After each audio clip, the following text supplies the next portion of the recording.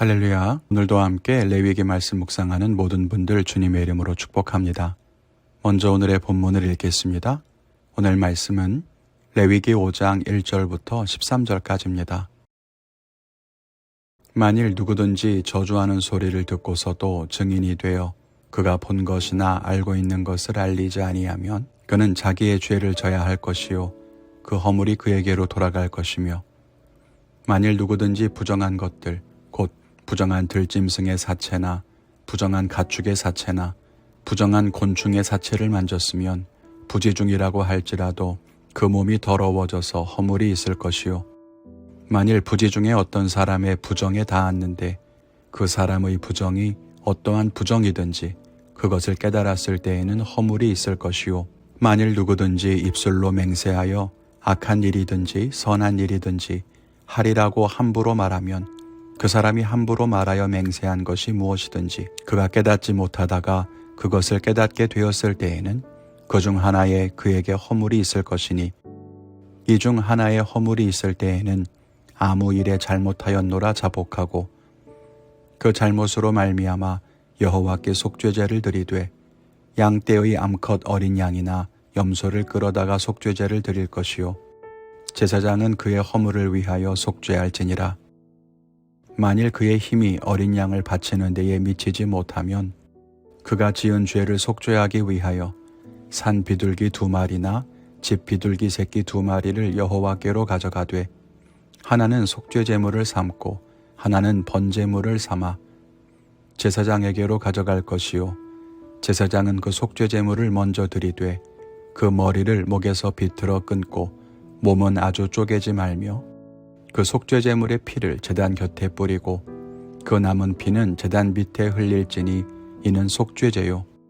그 다음 것은 규례대로 번제를 드릴지니 제사장이 그의 잘못을 위하여 속죄한즉 그가 사함을 받으리라. 만일 그의 손이 산 비둘기 2마리나 집 비둘기 2마리에도 미치지 못하면 그의 범죄로 말미암아 고운 가루 10분의 1 에바를 예물로 가져다가 속죄제물로 드리되 이는 속죄제인즉 그 위에 기름을 붓지 말며 유향을 놓지 말고 그것을 제사장에게로 가져갈 것이요, 제사장은 그것을 기념물로 한 움큼을 가져다가 제단 위 여호와의 화제물 위에서 불사를 지니 이는 속죄자라. 제사장이 그가 이 중에서 하나를 범하여 얻은 허물을 위하여 속죄한즉 그가 사함을 받으리라. 그 나머지는 소제물같이 제사장에게 돌릴지니라.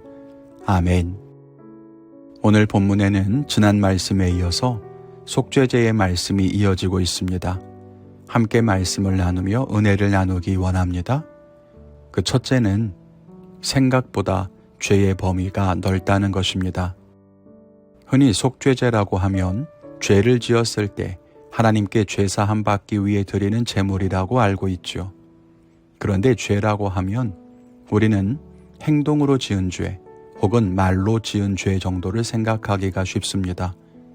물론 틀린 말은 아닙니다. 그런데 오늘 말씀에 보면 속죄제를 드리는 경우가 우리가 잘못된 행동을 하는 것보다 더 크다는 것을 알 수 있습니다. 저주하는 소리를 듣고도 그것을 모른 채 하면 그것도 죄이고, 부정한 것, 즉 사체를 만지거나 다른 사람의 부정과 접촉했을 때에도 속죄제를 드려야 했습니다. 함부로 맹세하는 경우에도 속죄제를 드려야 했죠. 조금 의아할 수도 있습니다. 죄란 어떤 잘못된 행위라고 생각하기가 쉬운데 이토록 내가 문책을 받을 만한 행동을 하지 않아도 이것이 죄인가 생각할 수 있죠. 오히려 우리가 행동으로 잘못한 죄를 사하는 것은 나중에 나오는 속건제의 범위에 더 가깝습니다. 그래서 이것을 속죄제라고 부르는 것이 과연 적합한지에 대해서 논란이 많습니다. 제가 대학원 때 썼던 논문의 주제도 그랬는데요. 제 개인적인 생각은 속죄제보다 정결제라고 쓰는 것이 더 좋지 않을까 생각합니다. 하나님께로 나아갈 수 없게 우리를 부정하게 만드는 것들, 그것이 죄이든 혹은 실수이든 아니면 환경이나 외부의 영향으로 부정해진 경우이든 그것을 해결해서 하나님께 다시 가까이 나아갈 수 있도록 하는 그런 제사이기 때문입니다. 아무튼 현재 우리가 속죄제라고 사용하고 있고 오늘 본문에 기록된 것들, 우리가 속죄제를 통해서 해결해야 하는 것들을 죄라고 인식한다면 죄의 영역은 굉장히 넓습니다. 하나님으로부터 멀어지게 만드는 모든 것을 말해요. 우리의 행동, 말, 생각, 마음, 그리고 오염되어 부정하게 되는 것들까지요. 우리가 회개하고 정결해야 하는 이유가 여기에 있습니다. 나는 살인을 하지 않았고 남을 때리지 않았지만 여전히 우리를 하나님과 멀어지게 만드는 많은 죄들이 우리에게 있기 때문입니다.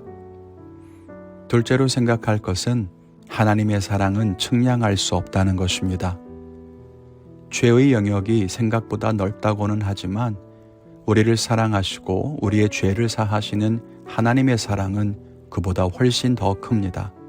찬송가의 가사처럼 측량할 수가 없지요.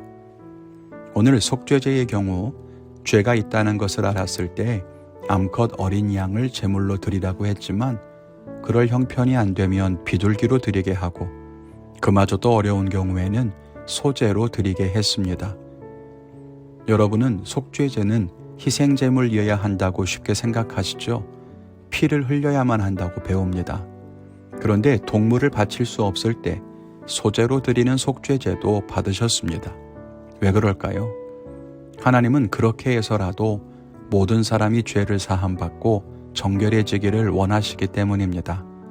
그렇게 하지 않으면 돈이 없어서 제물을 드리지 못할 경우에 죄가 남아있게 될 것이고 하나님과 멀어진 채 살아야 하기 때문입니다. 하나님은 그런 하나님이 아니십니다. 형편이 어려워서 번제는 못 드릴 수 있어도 죄를 사함받는 속죄제는 그런 것에 영향을 받으면 안 되는 것입니다. 하나님의 사랑이 배타적이고 제한적이라고 생각하는 사람들이 있습니다. 그런데 하나님을 알면 알수록 하나님의 사랑이 얼마나 섬세하고 또 얼마나 큰지를 깨닫게 됩니다. 우리 성도님들이 그 사랑으로 승리하시기를 바랍니다. 저는 오늘 하나님과의 관계를 깨뜨리는 죄나 허물이 없는지 돌아보고 회개하는 시간을 갖겠습니다. 여러분의 결단은 무엇입니까? 오늘도 우리를 사랑하시는 그 하나님의 사랑 안에서 승리하는 삶을 살게 되시기를 바랍니다. 감사합니다.